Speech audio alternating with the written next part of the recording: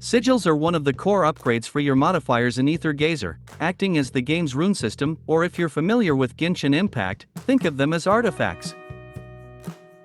Hello and welcome. This is Neldrin, and today, let's discuss the Sigil feature in Aether Gazer. Sigils in Aether Gazer function as the game's rune system, playing a significant role in determining your character's damage output.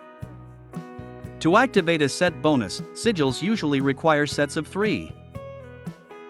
But once a modifier reaches Omega rank, common for 4 stars as you progress, only pairs are needed. Each sigil has its own skills, but don't be misled, these are stat boosts, determined by the sigil's position. A common community question is whether sigil's position affects builds. The answer is yes, as each position offers specific stat boosts.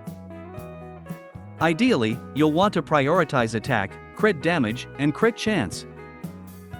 Each skill is predetermined on each sigil's position. If we compare each position of this sigil, you will observe that positions 1, 3, and 5 have a priority skill than the other. While for this set of sigils, the priority skills are on the even number positions. Does this mean we always separate by odd and even positions? The answer can be yes or no, depending on the context. Yes, because the majority of the builds follow this pattern. And no, because some builds require a different combination. Also, once a modifier reach Omega rank, you want to get the priority skills as much as possible, as you will be using 3 different sets. As mentioned earlier, priority skills are these 3, and some vary depending on your modifier. Each sigil can be cultivated or improved in 3 ways. These are leveling and limit breaking, enchanting or adding more stat boost to the character, and reconstruction. Leveling up and limit breaking sigils is straightforward. Once a sigil reaches level 40, it unlocks its corresponding warp slot. Warp is a different topic, which I'll cover in a separate video. Enchanting is a costly upgrade due to its RNG-based stat boosts. Ideally, aim for attack, crit damage, and crit chance, with a maximum of 8 levels shown during the enchanting process. Once you get the desirable skill, you can lock it and look for another skill that your modifier needs. But this will cost you more, and this is a late game content to min-max this feature. Minor enchantments may vary based on the modifier. Once your modifier reaches SSS rank, you'll receive a bonus level for each enchant. Here is an example. I have Thundertusk Callie here to showcase. She is Omega rank, meaning she also enjoys the benefits of SSS. I equipped only 1 sigil. It doesn't have any enchantments yet, but it has the default skill because the sigil is level 40. As you can see, both are level 1.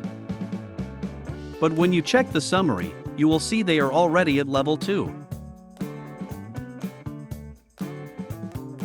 Reconstruction will lock your sigil from general use into a Gen Zone specific group, and can further improve into a character specific sigil.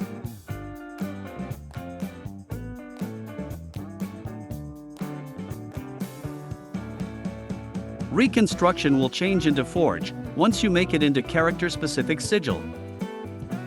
A common misconception among new players is that you will gain an additional set bonus if you forge your sigil. But it doesn't work that way. Forge lets you convert your current sigil into another set. This feature lets you save resources by committing to converting the current set of the sigil. One example is this sigil of my Thor. As you can see, it has an excellent roll of crit damage and loopback. Plus it also has crit rate and attack. When the meta changes and a better sigil is introduced, it will be expensive to get the same enchantment from 0. By using the Forge option, I can convert this sigil to the better one, and keeping these enchantments. And if you find this guide helpful, make sure to like the video and subscribe to my channel for more guides like this. And I would highly appreciate it if you can share this video. Now back to the guide. The sigils can be acquired in multiple ways. First, in battle, there is a dedicated sigil combat section. Battle Sweep helps you farm specific sigils.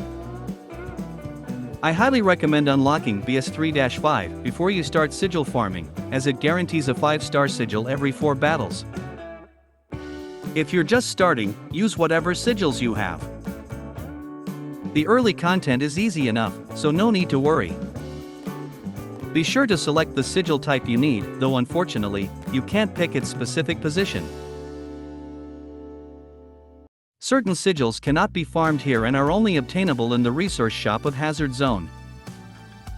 Joint training allows you to farm materials for enchanting your sigils. Whenever possible, aim to fight an S-rank boss for a better chance at obtaining Sigil Module T3. Use this so that your enchantment has 2 stats.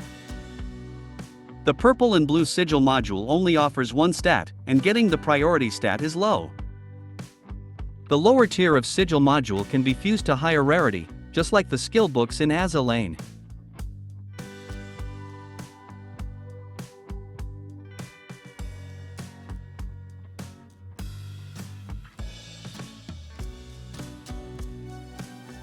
Genzone Analytics is where you can farm materials to level up sigils, though this is optional. Often, for star sigils can be used as fodder, but if you're short on resources, it's worth farming here. You also want to unlock the highest stage first, before farming here, so that you have better drops of loot.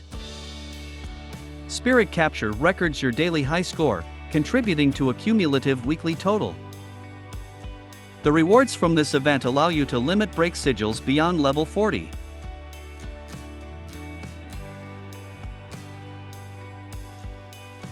In my experience, once you manage to establish a team or 2, you will rarely visit these sigil challenges, as most of the materials needed can be bought in the event shop. Finally, there's a dedicated sigil shop that lets you select the specific position you need.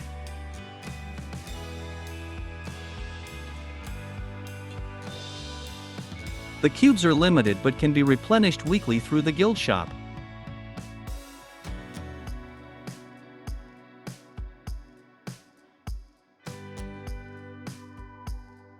And to summarize, sigils are a core upgrade for your character.